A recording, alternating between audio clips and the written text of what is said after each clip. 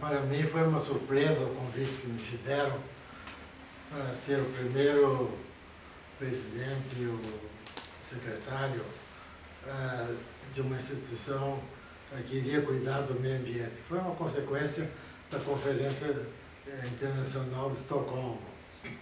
Então o Brasil resolveu fazer isso.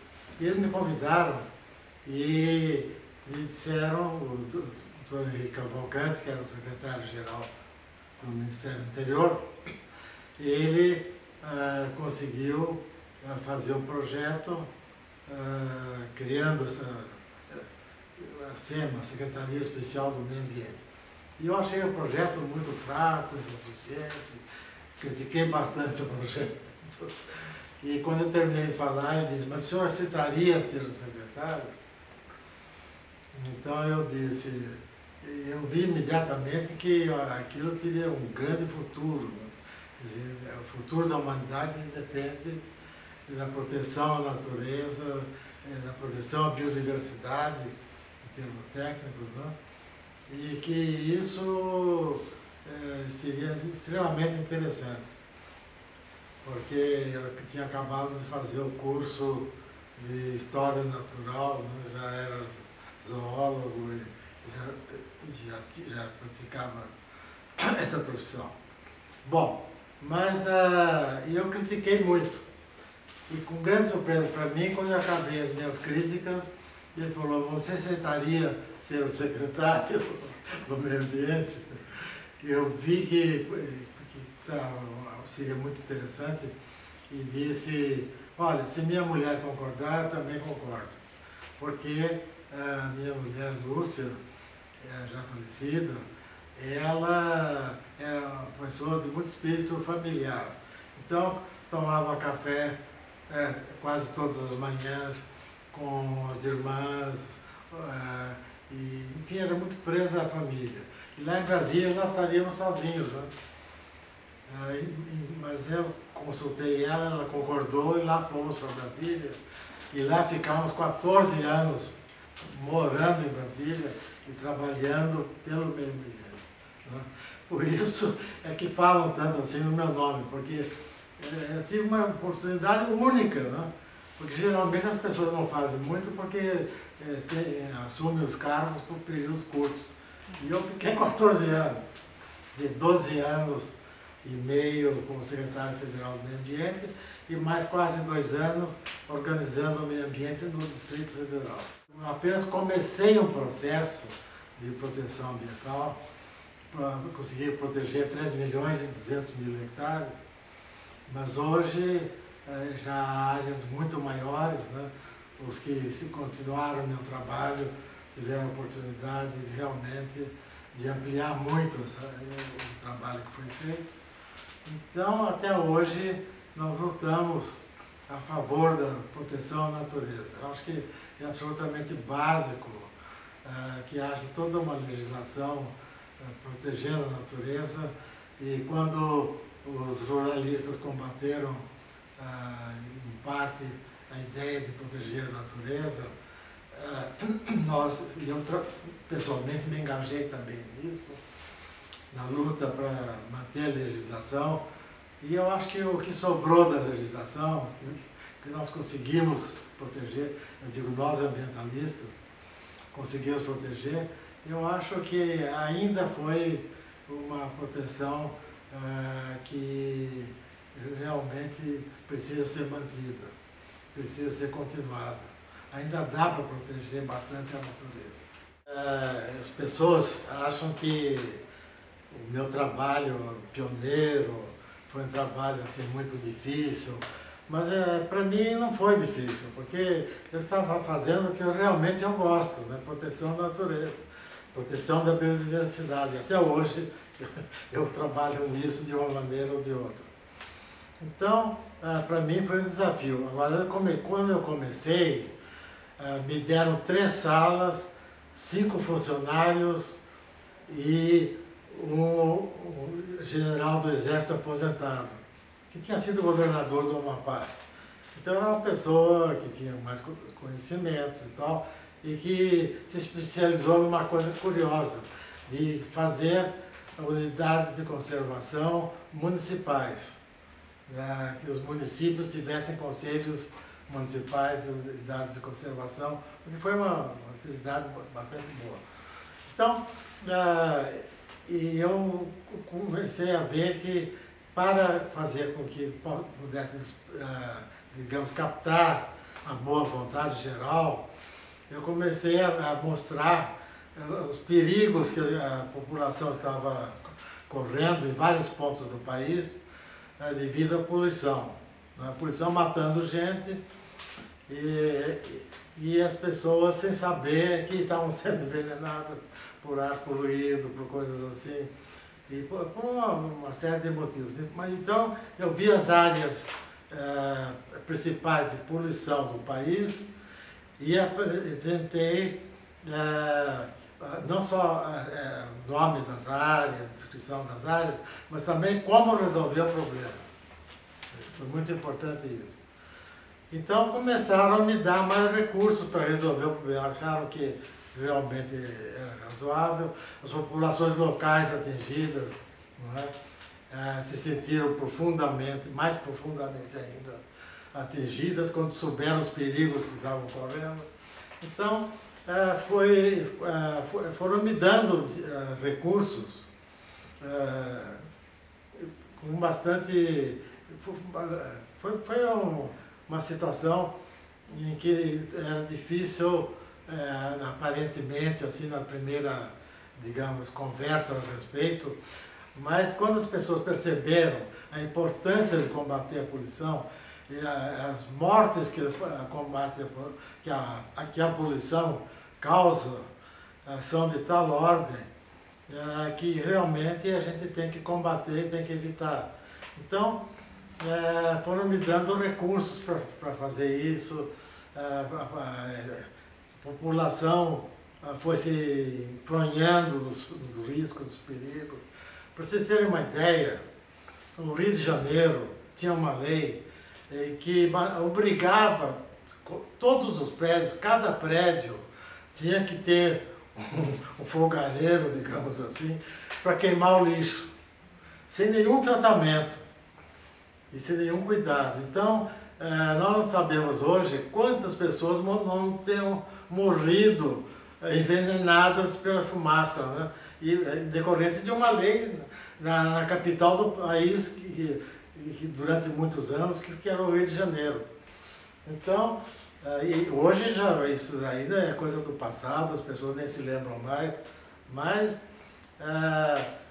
ao mostrar os problemas, eu consegui despertar na opinião pública e ao governo também a necessidade de fazer alguma coisa, providenciar para que as coisas tivessem, digamos assim, uma finalidade de salvar vidas, de garantir o futuro da humanidade de várias maneiras, na defesa da biodiversidade, etc., né?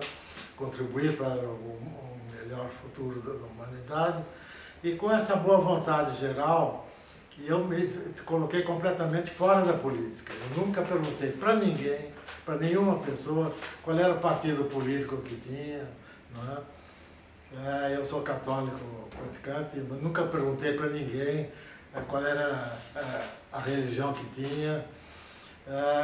Tratava todos muito da melhor maneira possível, né? Explicando os problemas e o que precisava ser feito. E assim foram me dando recursos e eu fui conseguindo convencer, digamos assim, aqueles mais responsáveis, não só no governo, como fora do governo também, né? A indústria hoje, por exemplo, ela concorda em tomar providências para evitar a poluição. Naquele tempo, achavam que o controle da poluição seria um erro, porque iria ser um gasto de dinheiro. Esse dinheiro podia ser gasto aumentando a produção das indústrias e deixando para o combate para mais tarde, né? Quer dizer, estavam adiando a morte de muita gente por falta de providência.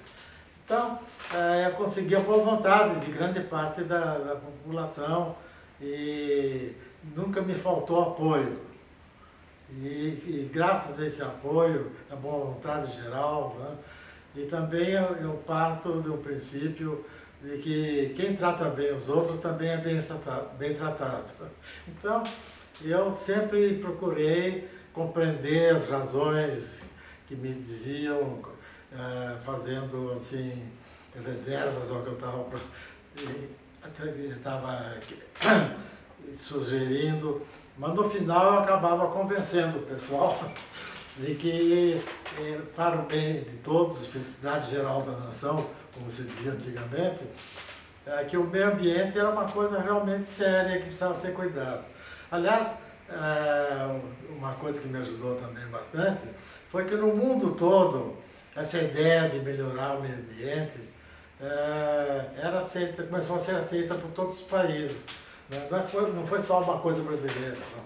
Em outros países também o meio ambiente passou a ser melhor tratado e o Brasil tomou uma certa dianteira, digamos assim, isso em vários aspectos, né? Tanto que a Conferência do Rio de Janeiro, por exemplo, recente, prova isso. Os países do mundo vieram aqui. E eu fiz parte de uma comissão das Nações Unidas, onde surgiu a ideia do desenvolvimento sustentável, que foi uma grande conquista.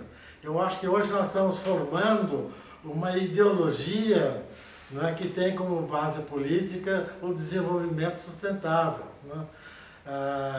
Não mais a ideia de direita e esquerda se degradando, mas todos trabalhando juntos para melhorar as condições de saúde, melhorar a educação, não é? E fazer todas essas coisas que, digamos assim, elevam a vida humana a um patamar melhor, a um progresso melhor, e com isso nós fomos obtendo a boa vontade geral e até hoje existe essa boa vontade e sempre existirá, eu acredito. Eu acho que o poder legislativo tem, sempre teve e sempre terá importância nas decisões a favor do meio ambiente. É claro que a gente tem que, às vezes, enfrentar opiniões contrárias, mas a verdade acaba sempre prevalecendo. Então eu sou otimista a esse respeito, e lembrando as leis que nós já conseguimos, né, em favor do meio ambiente, como a lei da Política Nacional do Meio Ambiente, que numa época politicamente difícil, nós conseguimos fazer uma legislação, uma lei, que foi unanimemente aprovada. Só 2 deputados votaram contra, mas eu era assessor ao mesmo tempo da oposição e do governo, né? Inclusive frequentava a casa do Ulisses Guimarães, minha mulher era muito amiga da mulher do deputado Ulisses Guimarães naquela época, e que era o líder da oposição. Então, eu senti bem que o meio ambiente é uma coisa que pode unir as pessoas. Se há divergências, muito bem, eu acho que faz parte da democracia que haja divergências. Mas eu acho que sempre o meio ambiente vai prevalecer, porque o meio ambiente compete, digamos, preservar em grande parte a qualidade da vida, né? E agora está sendo criada, eu acho, em todos os partidos, ou em quase todos, a ideia de que a proteção ambiental é uma coisa que ficou para continuar sempre, e que isso vai, aos poucos, melhorando a qualidade de vida, não é que a gente gostaria de melhorar mais rapidamente, mas há uma boa vontade geral. E eu acho que é uma verdadeira conquista a ideia que surgiu na Comissão Bruta das Nações Unidas, da qual eu fiz parte, a ideia do desenvolvimento sustentável. O desenvolvimento sustentável digamos assim, será a base de um novo sistema político também a favor da qualidade de vida. Eu acho que é indispensável para manter uma boa qualidade de vida. Então são grandes conquistas que dependem também do Poder Legislativo. Agora, fazer com que todas as áreas precisam ser discutidas primeiro sobre o Poder Legislativo seria dar um tiro na formação de novas unidades de conservação. Liquidaria muito com isso. Por quê? Porque o Poder Legislativo, uma das competências dele é discutir as questões. E essas questões podem levar anos sendo discutidas. E nós temos que agir imediatamente. Uma das unidades de conservação que eu consegui estabelecer na estação de Uruçuí, UNA, estação ecológica, no Piauí, e eu resolvi ler no jornal. Um dia eu abri o Estadão e vi a notícia. O governo federal vai devolver aos estados as terras que foram conquistadas dos jesuítas. Eu fiquei alegríssimo com essa iniciativa, né? Imediatamente tomei um avião, falei com o governador do Piauí, o governador ficou contente e nos cedeu 130 mil hectares para fazer uma estação ecológica na área central do Piauí, que está lá até hoje. Então, a gente aproveitava todas as oportunidades que apareciam. Mas precisava de rapidez, não podia deixar estudando e enquanto se estuda vão destruindo, isso não pode acontecer. Então, o Poder Legislativo tem que ser chamado para evitar que uma área ambiental seja maltratada, que seja destruída, que seja prejudicada. O Poder Legislativo é importante, como está sendo, e muitas vezes, promovendo leis a favor do meio ambiente. Então, isso eu acho que deve ser encarado nessa situação. Nós temos que demonstrar isso, ter boas relações com o Poder Legislativo, fazer com que as leis, como a lei do SNUC, do Sistema Nacional de Unidades de Conservação, foi uma ótima lei que o Poder Legislativo fez. Temos que reconhecer essa colaboração e temos que procurar continuar essa colaboração com o Poder Legislativo, sempre no bom sentido. Então, eu acho que o Poder Legislativo deve apoiar as ideias ambientalistas e as ideias que tragam às populações uma vida melhor. Eu acho que o índio precisa de receber mais proteção do que recebe atualmente, mas que haja também a contrapartida da proteção dessas áreas naturais. Quem voa sobre o Mato Grosso, e eu voava frequentemente, e outros estados, vê que muitas vezes as áreas onde ainda tinham florestas, em certos lugares, eram áreas indígenas. Não é? Porque o índio tem não somente um certo amor à floresta, mas também ele convive com a floresta. Né? Então, ele entende a necessidade de continuar com a floresta. Mas é preciso evitar que os índios sejam explorados e que os índios possam realmente ser bem orientados, não é? E possam defender as suas florestas, inclusive apelando para o apoio do Poder Legislativo, por que não? Eu quero também aproveitar a ocasião para, digamos assim, agradecer aos membros do ISA e apoiar o trabalho que o ISA realiza para melhorar as condições de vida das populações que são mais prejudicadas por uma falta de compreensão de muitas pessoas. E todo esse papel do ISA a favor do meio ambiente tem esse aspecto positivo, não somente para resolver os problemas que necessitam serem resolvidos, mas também para aproximar as pessoas, né? E eu acho que esse é um papel que o ISA vem fazendo desde a sua origem e sou um admirador dessa empresa. Aliás, que não é a empresa no sentido usual da palavra, mas dessa entidade.